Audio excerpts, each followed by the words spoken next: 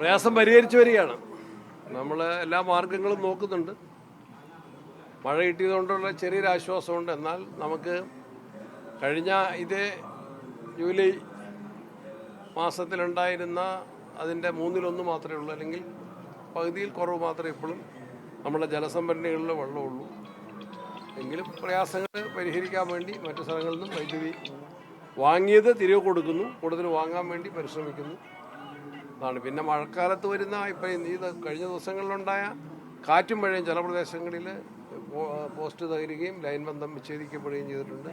അതിൻ്റെ പ്രയാസം ഉണ്ടായിട്ടുണ്ട്. അതെല്ലാം ആത്മാർത്ഥമായിട്ട് പരിഹരിക്കാനുള്ള പരിശ്രമങ്ങൾ കൂട്ടായിട്ട് നടത്തിക്കൊണ്ടിരിക്കും, ജീവനക്കാരുടെ എല്ലാം സഹകരണത്തോടെ.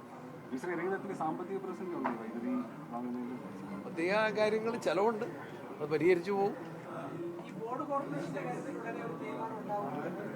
ഇല്ല, അക്കാര്യം ആലോചിക്കും. ഞങ്ങൾക്കൊരു സാവകാശം വേണമല്ലോ. എല്ലാവരും നല്ല തിരക്കിലാണ്. ചെറിയ സാവകാശത്തിൽ UDF യോഗം ചേരും. APCCയുടെ നേതാക്കന്മാർ ആലോചിക്കും പരിഹാരം. ആ വിഷയങ്ങൾ ഞങ്ങൾ ചർച്ച ചെയ്ത് അതിൻ്റെ തീരുമാനങ്ങളെടുക്കും. വയനാട് ദുരന്തത്തിലെ വേദനിക്കുന്ന എല്ലാവരോടൊപ്പം ഞങ്ങളും പങ്കുചേരുകയാണ്. മരണപ്പെട്ടവരുടെ കുടുംബത്തെ സഹായിക്കാനും പരിക്കേറ്റവരെ സഹായിക്കാനും ഗവൺമെൻറ് തീരുമാനിച്ചിട്ടുണ്ട്.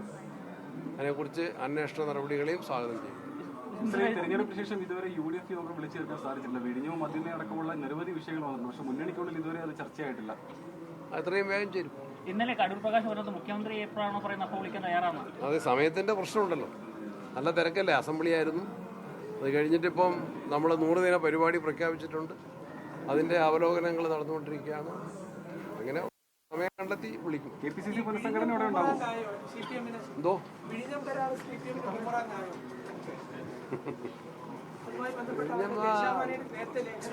അതെ, അത് വളരെ വ്യക്തമാണ്. അവർ തന്നെ ഉയർത്തിക്കാട്ടിയതാണ്. MSC കമ്പനി വരുന്നു എന്ന് അവർ തന്നെയാണ് വലിയ മഹത്വവൽക്കരിച്ചത്.